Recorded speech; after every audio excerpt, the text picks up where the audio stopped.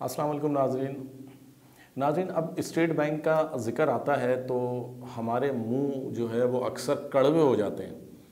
और अगर इंतज़ामी लेवल पर हम स्टेट बैंक की बात करें तो वो कान पे से जिस तरह से मक्खी उड़ाते हैं, इस तरह से बात करते हैं। स्टेट बैंक ठीक है, देख लेंगे, कर लेंगे। लेकिन जब यही बात स्टाफ के हवाले से आती है तो हम ये देखते हैं कि रेगुलेटर को जिस तरह अपनी ज़िम्मेदारी के साथ काम करते हुए स्टाफ का एहसास होना चाहिए, वो चीज़ अब गुज़िश्ता 5 साल या एक अशरे से हम कह लें कि वो ख़त्म हो चुकी है, नापैद हो चुकी है। ब्रांचेस के टाइमिंग्स के हवाले से अगर हम बात करते हैं, ब्रांचेस के स्टाफ के हवाले से हम बात करते हैं, ब्रांचेस की तादाद के हवाले से हम बात करते हैं, कस्टमर सर्विसेज के हवाले से अगर हम बात करते हैं, इसी तरह कई दीगर अहम मसाइल हैं। और बिलखुसूस जो आजकल कोरोना इसने 2020 जिससे बुरी तरह से मुतासिर हुआ स्टाफ, अवाम और ख़ुद बैंक्स की कारकर्दगी जिस तरह सफ़र हुई, वो सबके सामने है। कोरोना के आगाज़ के साथ ही जो है वो स्टाफ का ख्याल किया गया, ब्रांच टाइमिंग कम कर दी गई, मुख्तलिफ़ SOPs के तहत स्टाफ को अज़ हद तहफ़्फ़ुज़ दिया गया। लेकिन कोरोना की इस दूसरी लहर में स्टाफ को तन तनहा छोड़ दिया गया है। सिर्फ कोरोना की ही बात हम करें तो क्यों करें, उसके अलावा कई मामलात ऐसे हैं। इंतज़ामी सतह पर जो कुछ हो रहा है, इंतज़ामी सतह पर जिस तरह बंदरबाट होती है, जिस तरह स्टाफ को अप्रेज़ल के नाम पे जो है वो दीवार से लगा दिया गया, उनका माशी कत्लेआम हो रहा है, जिस तरह बोनस के हवाले से उनके साथ ज़्यादतियाँ की जा रही हैं, प्रमोशंस के हवाले से उनके साथ ज़्यादतियाँ की जा रही हैं, और जिस तरह से टाइमिंग्स के हवाले से उनसे ज़्यादतियाँ की जा रही हैं, ये बात एक मतलब जिसे कहते हैं ना कि एक माशी कत्ल कर दिया गया है। पुराना स्टाफ, छोटा स्टाफ जो है वो पिस चुका है, टेलर पिस चुका है, टेम्प्रेरी मुलाजमीन जो हैं वो पिस चुके हैं। उनमें कई ग्रेजुएट्स हैं, कई मास्टर हैं जिन्हें बैंकिंग का अच्छा खासा एक्सपोजर है। सन कोटे को हमने दांव पर लगा दिया है, क्योंकि बात यह है कि स्टेट बैंक ने एक हुक्म जारी कर दिया, एक रेगुलेशन जारी कर दी कि हर बैंक अपने मामले में खुद मुख्तार है।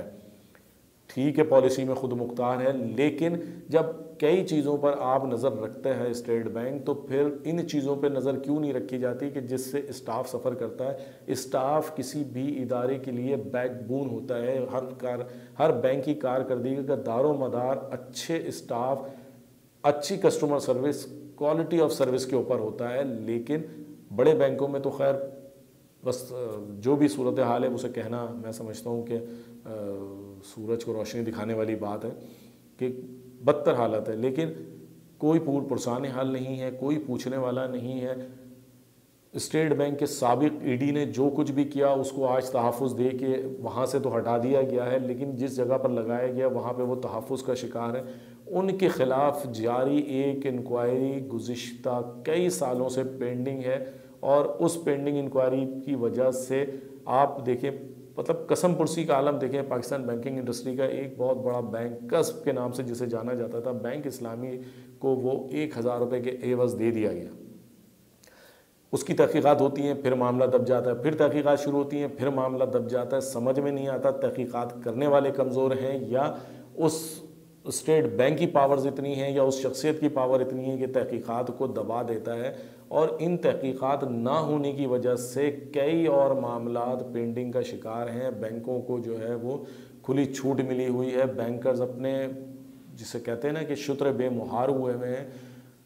ये चीज़ पाकिस्तान बैंकिंग इंडस्ट्री को तनज़्ज़ुली की तरफ लेकर जा रही है। लोग ये समझने से कासिर हैं कि अगर आप प्रॉफिट रेशो बढ़ता हुआ देखें गुज़िश्ता 5 साल पहले तक का, तो वो स्पीडी बढ़ता था। अब गुज़िश्ता 5 साल का अगर आप प्रॉफिट देखें तमाम बैंकों का उठा के, तो सिर्फ चंद छोटे बैंकों के अलावा हर जगह हर बैंक ने एक अपना यूनिफॉर्म बना लिया, एक लेवल बना लिया कि बस इसी हद तक तो हमने कंपलसरी प्रॉफिट करना है, चाहे वो विंडो ड्रेसिंग के ज़रिए हो, चाहे वो किसी तरीके से हो। और इसकी मैं आपको एक और मिसाल दे दूं, क्योंकि अब ये भी क्लोजिंग गुजरी है, तो इस क्लोजिंग के दिनों में ये बात सामने आती है नॉर्मली कि 31 दिसंबर का इंतज़ार होता है कि 31 दिसंबर को कई गवर्नमेंट डिपॉजिट्स या कई चीज़ों के जो है वो प्रॉफिट रेट जो है वो अकाउंट्स में आते हैं, उसकी वजह से डिपॉजिट ऑटोमेटिकली इतना बढ़ जाता है।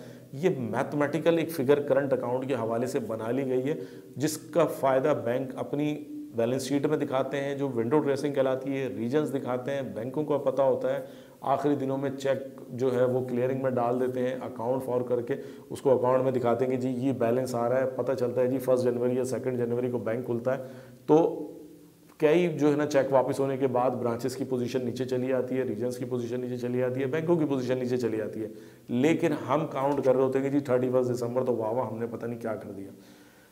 अगर इसकी कई बैंकर्स इन चीज़ों को समझते हैं, कई इसको जानते हैं, उन्हें पता है कि अगर इसकी तहकीकात हो गई, इसका ऑडिट हो गया तो पता नहीं बैंकों को कितनी की पेनल्टियाँ पड़ेंगी कि जी इन्होंने विंडो ड्रेसिंग की है। लेकिन बात यह है कि क्योंकि कोई पुरसान हाल नहीं है, ना वजारत ख़जाना ना हुकूमत पाकिस्तान, तो फिर पूछने वाला है कौन स्टेट बैंक को। स्टेट बैंक जो चाहे करे, स्टेट बैंक की वजह से बैंक्स जो चाहे करें, उन बैंक्स के जो चाहे करने से हमारी मईशत के साथ जो चाहे हो। हक़ाइक़ सामने हैं, अगर ये बात गलत है तो मुझे प्रूफ कर दें कि किस बैंक ने अपने प्रॉफिट में मतलब राइज हुआ है कि अगर 10 तो वो तो 12, 12 से अब 14, 14 से 16, 16 से 20 पर आ चुका है। कोई बैंक ऐसा नहीं है, ये सब आगे पीछे 50 करोड़ आगे, 50 करोड़ पीछे, 1 अरब आगे, 1 अरब पीछे, इसी तरह से चल रहे हैं। तो ये कोई परफॉर्मेंस नहीं है कि आपने जो है ना अपने एक लेवल मुकर्रर कर लिया कि जी इसका 30 अरब भी होगा, इसका 20 अरब भी होगा, इसने 14 अरब ही देना है, इसका इतने ही प्रॉफिट होगा। जबकि निजी बैंकों में सूरत हाल बिल्कुल मुख्तलिफ है, उनका प्रॉफिटेबिलिटी बिल्कुल मुख्तलिफ है। ये बात क्या स्टेट बैंक के लिए तवज्जो तलब नहीं है? ये बात क्या बड़े बैंकों के लिए लम्हा फ़िक्रिया नहीं है? वजारत ख़जाना के लिए लम्हा फ़िक्रिया नहीं है कि आखिर ऐसी क्या बात है कि हमारी मईशत एक जगह पे जाके रुक गई है, हमारे बैंक एक जगह पे जाके रुक गए? अपना नेटवर्क कभी बढ़ाते हैं, कभी घटाते हैं, स्टाफ कभी बढ़ाते हैं, कभी घटाते हैं, कभी ATMs बढ़ाते हैं, कभी ATMs घटाते हैं। कई जगहों पर है, कई बैंकों में अपनी पॉलिसीज़ कभी कुछ बनाते हैं, फिर कभी कुछ बना देते हैं। यू टर्निंग तो हमारे यहाँ एक आम बात हो चुकी है। उस यू टर्निंग का फ़ायदा क्या हो रहा है? बैंकिंग इंडस्ट्री की कौन सी खिदमत हो रही है? आपने एक जगह पे अपनी चीज़ों को महदूद रख के और उसका जिम्मेदार बड़े लोगों को बना दिया। आज वही बड़े लोग जो हैं, अगर मैं सिर्फ एक प्रेसिडेंट की बात करता हूँ, किसी भी बैंक प्रेसिडेंट को आप ले लें और उनके चंद ग्रुप चीफ्स को ले लें। चंद ग्रुप चीफ्स कौन से होते हैं? 10 ग्रुप चीफ हैं आपके यहाँ, 14 ग्रुप चीफ होंगे, 15 ग्रुप चीफ होंगे। 15 ग्रुप चीफ, एक प्रेसिडेंट आपका। ये 16 बंदों का जो भी इनका बोनस होता है, जो अगर आप सिर्फ वो एनुअल बोनस आप उसको कर लें, आपके पूरा स्टाफ का बोनस एक तरफ, इनका बोनस एक तरफ। वजह क्या किया भाई इन्होंने? अगर इनकी परफॉर्मेंस देख लें, इनकी KPI देख लें, तो ये तो सिर्फ ऑफिस बैठ के खर्चे का सबब बन रहे हैं जी, ट्रैवलिंग का सबब बन रहे हैं। और क्या चीज़ है इनकी कारकर्दगी क्या? ठीक है, चेक एंड बैलेंस होना चाहिए, लेकिन चेक एंड बैलेंस इस तरह से हो, इनकी परफॉर्मेंस इस तरह से ली जाए कि आपने कितने विजिट किए, किस रीजन में विजिट किए, कितनी मीटिंग्स की, कितनी ब्रांचेस में गए, कितने कस्टमर से मिले, आपकी वजह से बैंक में कितना डिपॉजिट आया, आपकी वजह से बैंक्स का कितना प्रॉफिट बढ़ा।